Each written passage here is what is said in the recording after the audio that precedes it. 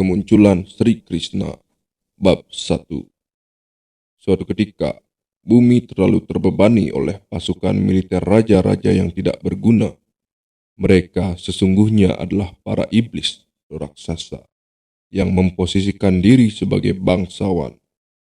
Pada saat itu, seluruh dunia menjadi resah, dan kepribadian yang berwenang atas bumi, yang dikenal sebagai Dewi Bumi, Ibu Pertiwi, pergi untuk menghadap Dewa Brahma, lalu menyampaikan tentang bencana yang melanda dirinya akibat ulah raja-raja jahat tersebut.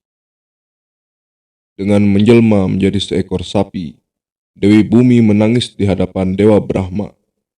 Kesedihan dan rasa keputusasaannya dia utarakan untuk mengunggah hati Dewa Brahma. Dewi Bumi menceritakan tentang bencana yang mengancam bumi, dan setelah mendengar semua itu, Dewa Brahma merasa sangat terpukul, dan saat itu juga beliau pergi ke lautan susu di mana Sri Wisnu berada. Dewa Brahma diiringi oleh semua dewa yang dipimpin oleh Dewa Siwa, dan bumi juga ikut. Setibanya di pantai lautan susu, Dewa Brahma mulai berdoa kepada Sri Wisnu yang sebelumnya pernah menyelamatkan bumi dengan mengambil wujud rohani seekor babi hutan. Di dalam mantra-mantra Weda terdapat jenis doa khusus yang disebut Purusa Sukta. Biasanya, para dewa menghaturkan sembah sujud kepada Sri Wisnu, personalitas Tuhan Yang Maha Esa, dengan cara mengucapkan doa-doa Purusa Sukta tersebut. Dari sini dimengerti bahwa dewa yang berwenang atas sebuah planet bisa menghadap penguasa tertinggi alam semesta ini. Dewa Brahma, manakala terjadi suatu gangguan di planet dewa tersebut, dan Dewa Brahma kemudian menghadap Sri Wisnu. Personalitas Tuhan Yang Maha Esa bukan secara langsung melainkan dengan cara menunggu di pantai lautan susu. Ada sebuah planet di dalam alam semesta ini yang disebut Sweta Dwipa, dan di planet itu ada sebuah lautan susu. Dari kitab-kitab Weda dapat diketahui bahwa seperti halnya ada lautan air garam di planet bumi ini, ada bermacam-macam jenis lautan di planet-planet yang lain. Di suatu planet terdapat lautan susu, di planet lain ada lautan minyak, di planet lain lagi ada lautan minuman keras, dan masih banyak jenis lautan cairan lainnya. Purusa Sukta adalah doa standar yang diucapkan oleh para dewa untuk menyenangkan hati personalitas Tuhan Yang Maha Esa, Kshirodakashayi Wisnu. Karena berbaring di permukaan lautan susu, dia disebut Kshirodakashayi Wisnu. Kshirodakashayi Wisnu adalah wujud personalitas Tuhan Yang Maha Esa, yang mana melalui dia semua inkarnasi Tuhan muncul di alam semesta ini. Usai mempersembahkan doa Purusa Sukta kepada personalitas Tuhan Yang Maha Esa, rupanya para dewa tidak mendapatkan jawaban sama sekali.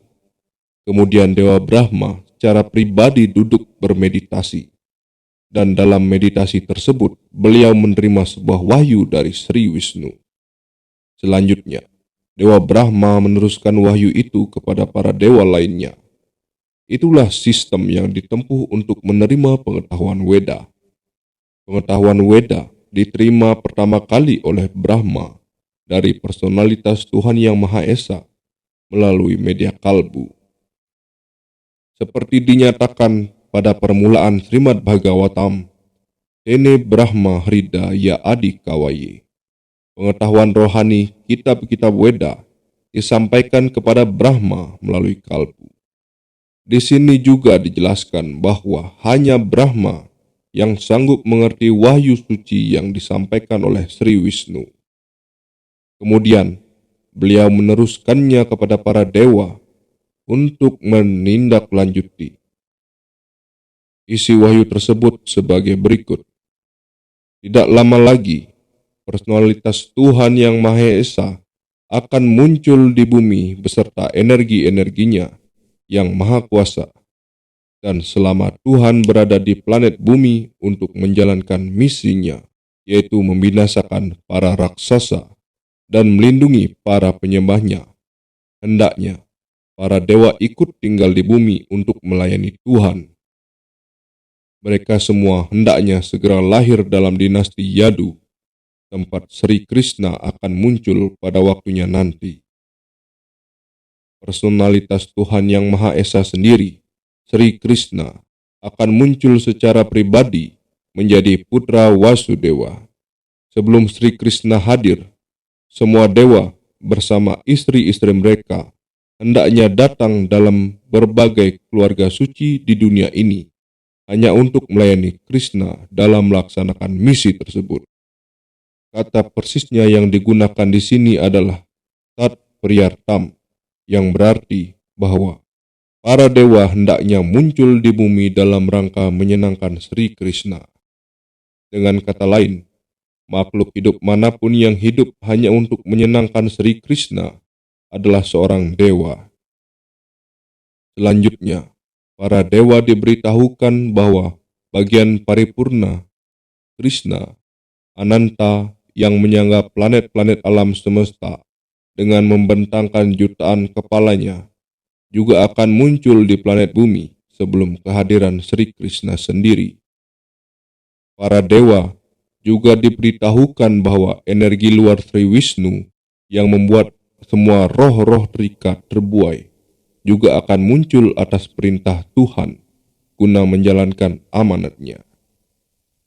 Setelah memberi wejangan dan menenteramkan semua dewa termasuk bumi dengan kata-kata indah, Dewa Brahma, ayah semua Prajapati atau nenek moyang penduduk alam semesta, kembali ke tempat tinggal beliau, planet alam material tertinggi yang disebut Brahma Loka.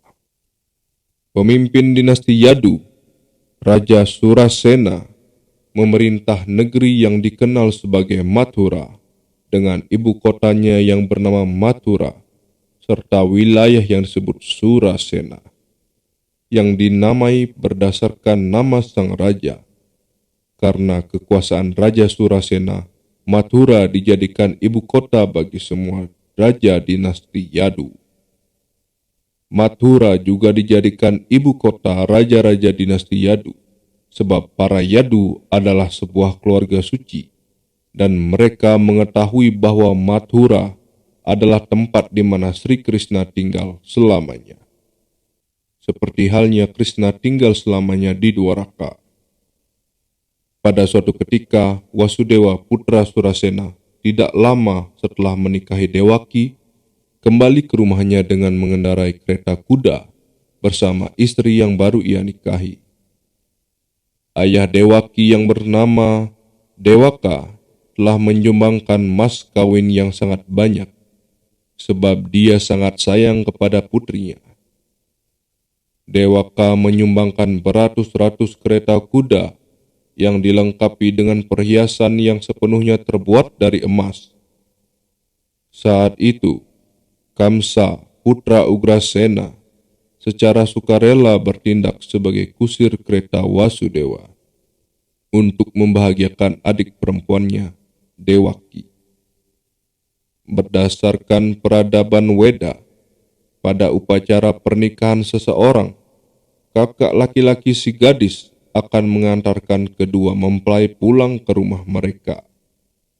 Oleh karena si gadis mungkin akan sangat merasakan rasa perpisahan terhadap keluarganya, maka kakak laki-lakinya akan ikut mengantarkan dia sampai di rumah sang suami. Total mas kawin yang disumbangkan oleh Dewaka adalah sebagai berikut. 400 ekor gajah yang terhias sepenuhnya dengan kalung emas, 15.000 ekor kuda yang terhias dengan perhiasan emas, dan 18.000 kereta kuda. Dewaka juga menetapkan 200 gadis cantik sebagai dayang-dayang untuk mengiringi putrinya. Sistem pemerintahan ksatria yang masih berlanjut di India hingga kini mensyaratkan bahwa ketika seorang ksatria menikah, lusinan gadis teman pengantin perempuan ikut serta ke rumah sang raja. Para pengiring ratu tersebut disebut dayang-dayang. namun mereka sebenarnya bertindak selaku teman dekat sang ratu. Tradisi ini sudah lazim sejak dahulu kala, dan bisa ditelusuri keberadaannya sekurang-kurangnya hingga saat sebelum kemunculan Sri Krishna 5.000 tahun silam. Jadi, Wasudewa membawa 200 orang gadis cantik bersama istrinya, Dewaki. Pada saat kedua mempelai berada di atas kereta yang sedang melaju, terdengar suara berbagai alat musik yang dibunyikan untuk merayakan hari yang bertuah tersebut. Antara lain, suara tiupan kerang sangka, trompet, dan suara gendang berpadu menjadi sebuah konser yang sangat indah. Prosesi itu berlangsung sangat meriah, dan ketika kereta mempelai yang dikusuri oleh Kamsa sedang melaju, tiba-tiba terdengar suara dari langit khusus ditujukan kepada Kangsa. "Kangsa, kau adalah orang yang sangat bodoh. Kau sedang mengemudikan kereta adik perempuan dan iparmu. Tapi kau tidak tahu bahwa putra mereka yang ke-8 akan membunuhmu nanti." Kamsa adalah putra Ugrasena dari dinasti Boja. Dikatakan bahwa Kamsa adalah yang paling jahat di antara semua raja dinasti Boja. Mendengar sabda dari langit tersebut, Kamsa langsung menjambak rambut Dewaki dan nyaris membunuh Dewaki dengan pedangnya.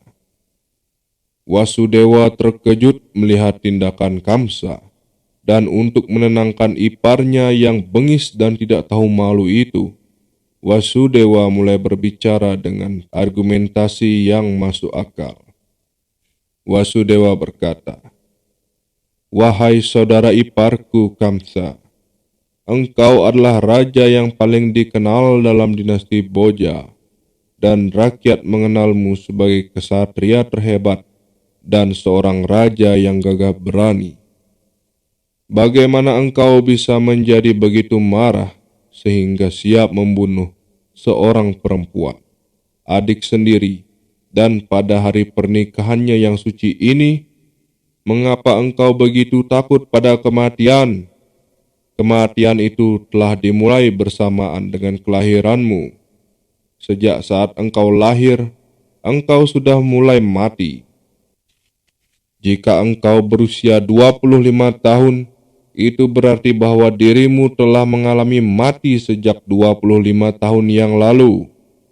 Setiap saat, setiap detik, engkau sedang menanti kematian. Lalu mengapa engkau mesti begitu takut terhadap kematian ini? Kematian-kematian akhir tidak dapat dihindari. Engkau mungkin mati hari ini, atau 100 tahun lagi. Engkau tidak dapat menghindarinya. Mengapa begitu cemas? Sebenarnya, kematian adalah pembinasaan atas badan material semata.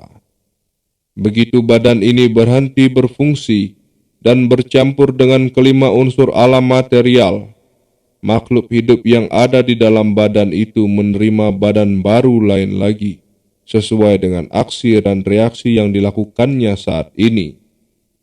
Hal itu ibarat ketika seorang sedang berjalan, melangkahkan kakinya ke depan, dan ketika dia sudah yakin bahwa langkahnya berpijak di atas tanah yang kokoh, dia pun mengangkat kaki yang satu lagi.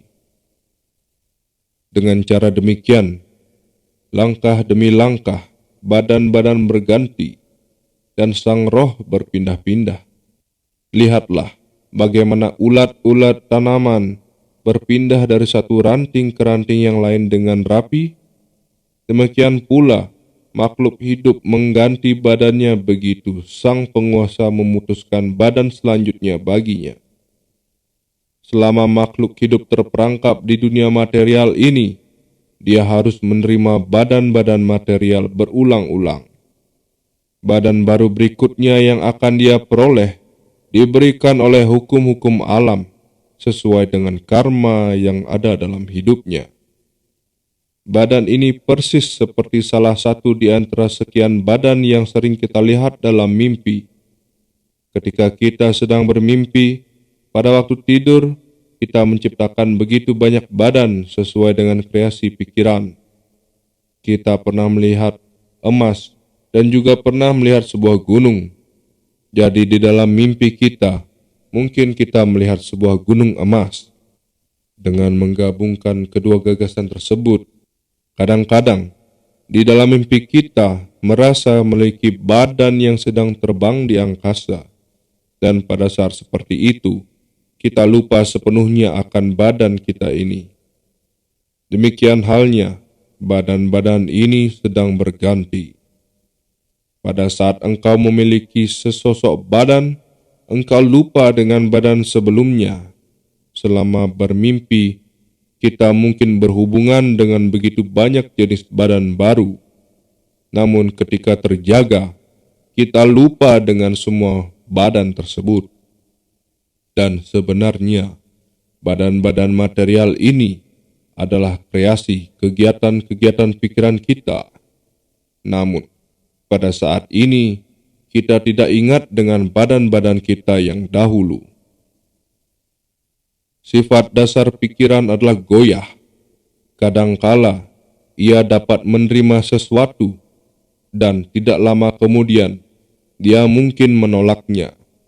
Menerima dan menolak adalah proses pikiran dalam berhubungan dengan 5 objek kepuasan indria: bentuk, rasa, bau, suara, dan sentuhan. Melalui cara spekulasi, pikiran berhubungan dengan objek-objek kepuasan indera, dan ketika makhluk hidup menginginkan jenis badan tertentu, dia akan mendapatkannya. Karena itu, badan adalah sebuah pemberian dari hukum-hukum alam material. Sang makhluk hidup menerima sebuah badan dan lahir lagi di dunia material untuk menuai kenikmatan atau menuai derita menurut bentuk badan yang diterimanya.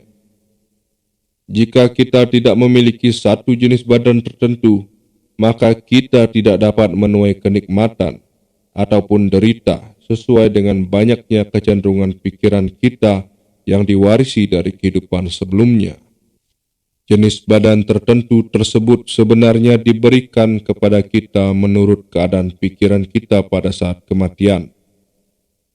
Planet-planet yang bercahaya seperti matahari, bulan, dan bintang terpantul di permukaan berbagai benda seperti air, minyak, atau ghee.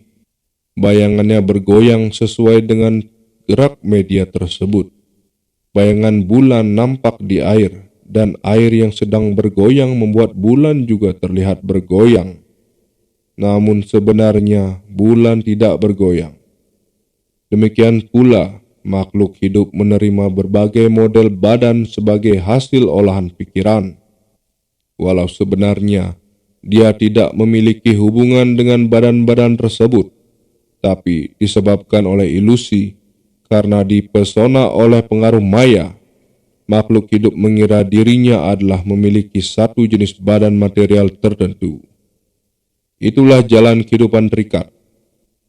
Misalkan, jika satu makhluk hidup berada dalam bentuk sebagai seorang manusia pada saat ini, maka dia mengira dirinya termasuk dalam masyarakat manusia, atau termasuk dalam sebuah negara tertentu, atau wilayah tertentu.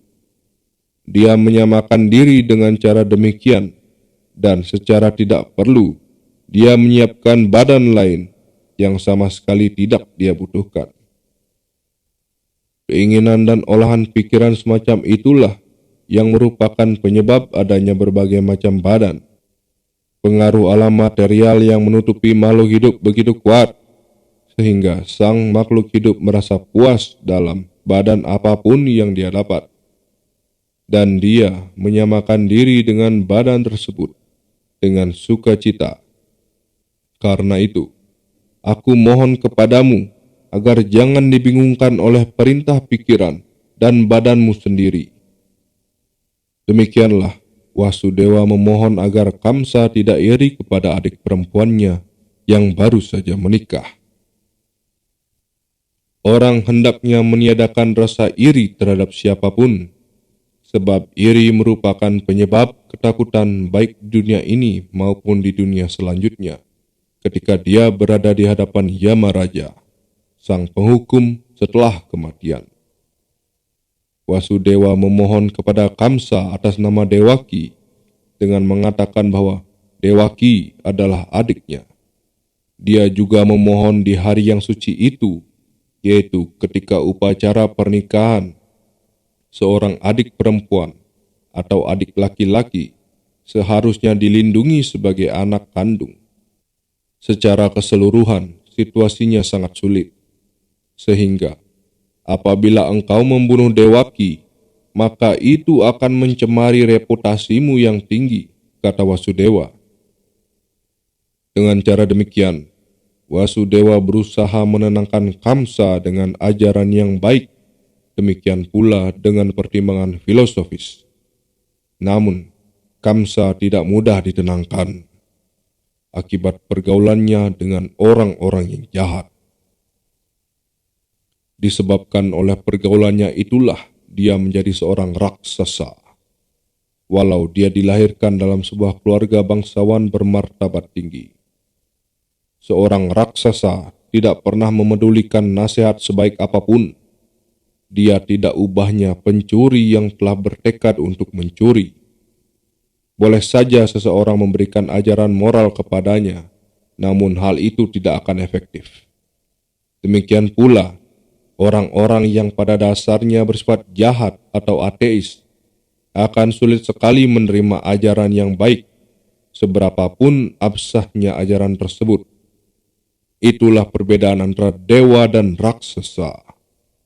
Mereka yang dapat menerima ajaran yang baik dan berusaha menjalani kehidupan dengan menuruti ajaran tersebut disebut para dewa, dan orang yang tidak bersedia menerima ajaran yang baik disebut para iblis atau raksasa.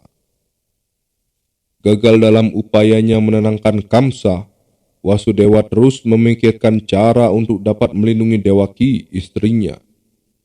Ketika bahaya berada di ambang mata, orang cerdas harus berusaha sedapat mungkin untuk menghindar dari bahaya tersebut. Dan ketika sudah berusaha maksimal dengan seluruh tenaga dan kecerdasan, tapi seorang gagal menghindar dari bahaya tersebut, maka tidak ada kesalahan di pihaknya. Seseorang harus melakukan upaya yang terbaik dalam menjalankan tugas kewajibannya. Namun jika gagal, ia tidak bersalah sama sekali. Wasudewa memikirkan istrinya sebagai berikut. Untuk saat ini, biarlah aku menyelamatkan nyawa Dewaki terlebih dahulu. Nanti, jika anak-anakku lahir, aku akan berupaya untuk menyelamatkan mereka. Wasudewa berpikir lebih lanjut.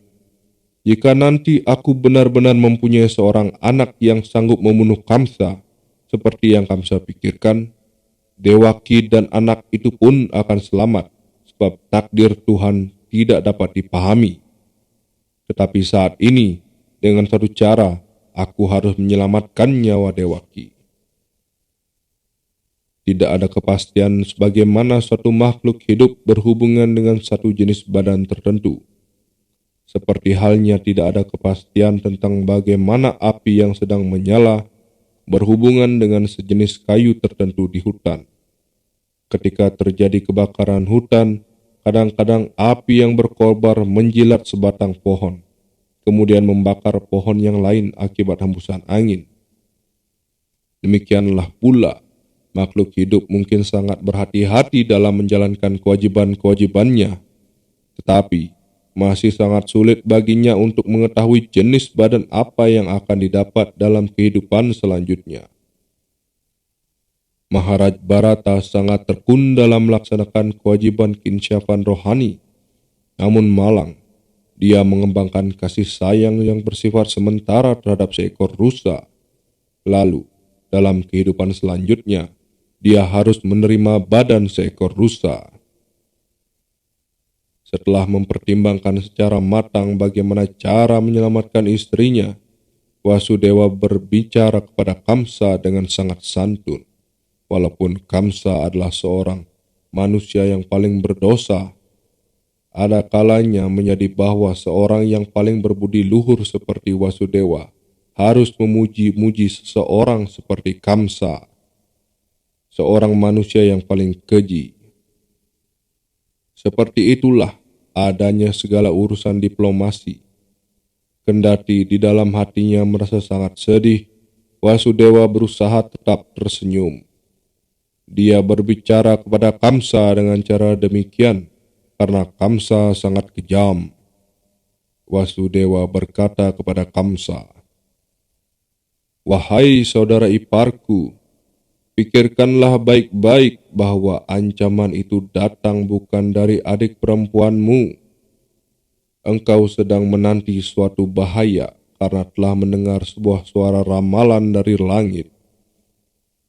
Namun bahaya itu datang dari anak-anak adikmu, di mana saat ini mereka belum lahir. Dan siapa yang dapat menduga, mungkin saja tidak akan lahir seorang putra nantinya.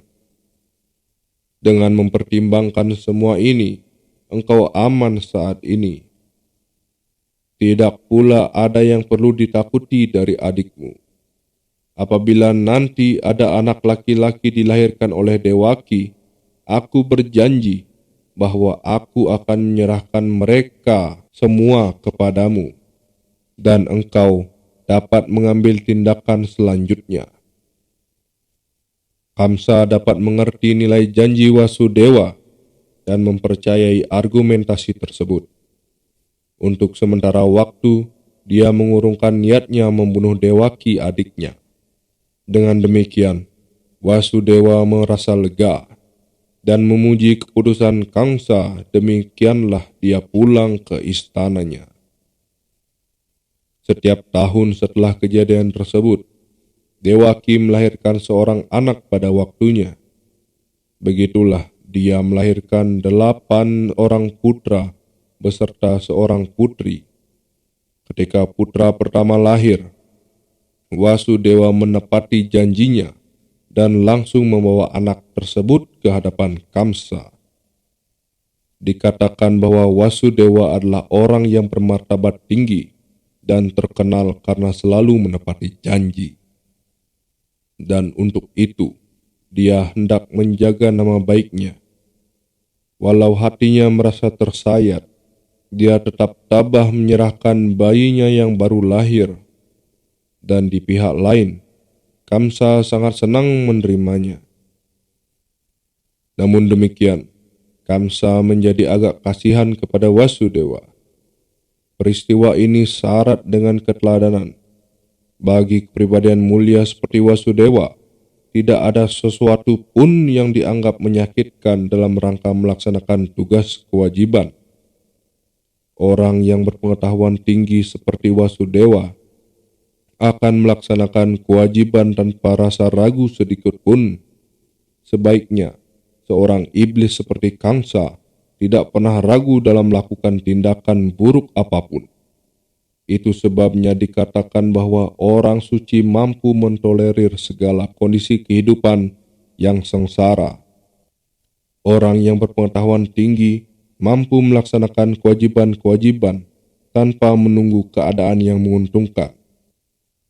Orang kejam seperti Kamsa tidak bisa bertindak dengan cara berdosa macam apapun, dan seorang pecinta Tuhan sanggup mengorbankan segalanya untuk menyenangkan Tuhan. Kamsa senang atas tindakan Wasudewa. Dia heran melihat Wasudewa menepati janji, dan karena kasihan dan merasa senang, dia mulai berbicara sebagai berikut. "Wahai Wasudewa, engkau tidak perlu menyerahkan anak ini kepadaku. Ancaman yang mengarah kepadaku bukanlah berasal dari anak ini.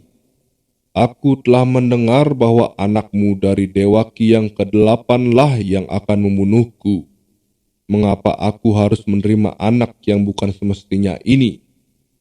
Silakan bawa dia." Ketika Wasudewa pulang membawa anak pertamanya, walau dia lega dengan sikap Kamsa, dia tetap tidak bisa mempercayai Kamsa, sebab dia mengetahui bahwa Kamsa adalah orang yang tidak berpendirian tetap. Seorang ateis tidak bisa menepati janji. Orang yang tidak bisa mengendalikan indranya tidak akan bisa memiliki ketetapan hati. Politisi terkemuka Chanakya Pandit mengatakan, jangan menaruh percaya kepada orang yang suka berdiplomasi atau kepada seorang perempuan. Mereka yang kecanduan kenikmatan indera tanpa batasan tidak akan pernah bisa jujur. Tidak pula mereka bisa dipercaya. Pada saat itu, Resi Agung Narada mendatangi Kamsa. Resi Narada memberitahu tentang situasi Kamsa yang menjadi kasihan terhadap Wasudewa, lalu mengembalikan anak pertamanya. Narada sangat ingin mempercepat turunnya Sri Krishna sesegera mungkin. Oleh karena itu, Resi Narada memberitahukan kepada Kamsa bahwa di Vrindawana, orang-orang seperti Maharaja Nanda dan semua pria gembala sapi beserta istri-istri mereka, dan di pihak lain, Wasudewa, ayah Wasudewa yaitu Surasena, dan semua saudaranya yang lahir dalam keluarga bersini dari dinasti Yadu, beserta semua teman dan orang yang mengharapkan kesejahteraan mereka, sesungguhnya adalah para dewa. Narada mengingatkan Kamsa agar berhati-hati terhadap mereka, sebab Kamsa beserta teman-teman dan para penasihatnya adalah iblis. Iblis selalu takut kepada para dewa.